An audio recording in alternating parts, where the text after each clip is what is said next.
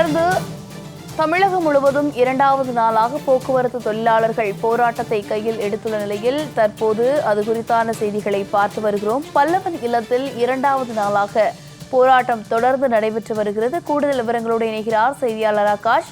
வணக்கம் ஆகாஷ். தற்போது இரண்டாவது நாளாக போராட்டம் நடைபெறக்கூடிய இந்த நேரத்தில் அவர்களுக்குடைய பாதுகாப்பு ஏற்பாடுகள் எந்த அளவுக்கு செய்யப்பட்டிருக்கிறது, விவரங்களை வழங்கலாம். வணக்கம் சாரா. 6 அம்ச கோரிக்கைகளை வலியுறுத்தி போக்குவரத்து தொழிற்சங்கங்கள் நேற்று முதல் காலவரையற்ற வேலை நிறுத்த போராட்டத்தில் ஈடுபட்டு வருகின்றனர்.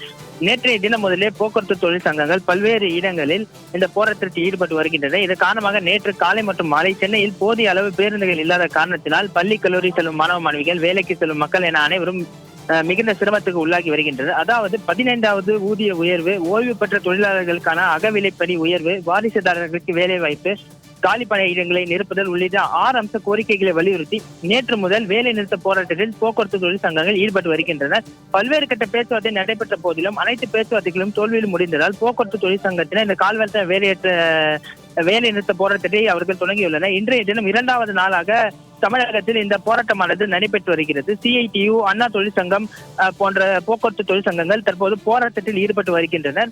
அதே போல சென்னையை பொறுத்தவரை ஒரு சில பேருந்துகள் மட்டுமே இயக்கப்பட்டு வருகிறது. போதிய அளவு பேருந்துகள் இல்லாத காரணத்தினால் மக்கள் மிகுந்த சிரமத்திற்கு உள்ளாகி வருகின்றனர்.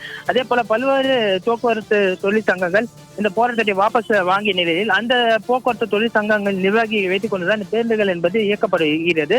சென்னை பொறுத்தவரை போதுமான அளவு பேருந்துகள் இல்லாத காரணத்தினால் மக்கள் மிகுந்த சிரமத்திற்கு உள்ளாகி வருகின்றனர்.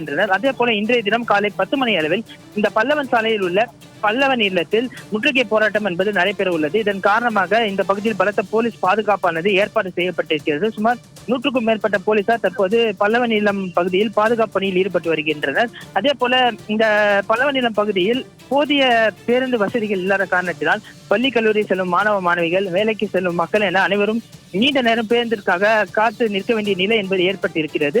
ஒரு சில பேருந்துகளே இயக்கப்பட்டு வருவதால் வேலைக்கு செல்பவர்கள் மற்றும் பள்ளி கல்லூரி செல்பவர்களுக்கு தாமதமாவதால் அவர்கள் மிகுந்த அவதிக்கு உள்ளாகி வரும் நிலை என்பது ஏற்பட்டிருக்கிறது.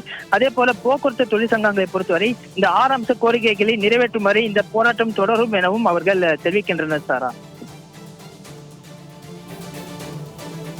விவரங்கள் வழங்கியமைக்கு நன்றி ஆகாஷ்.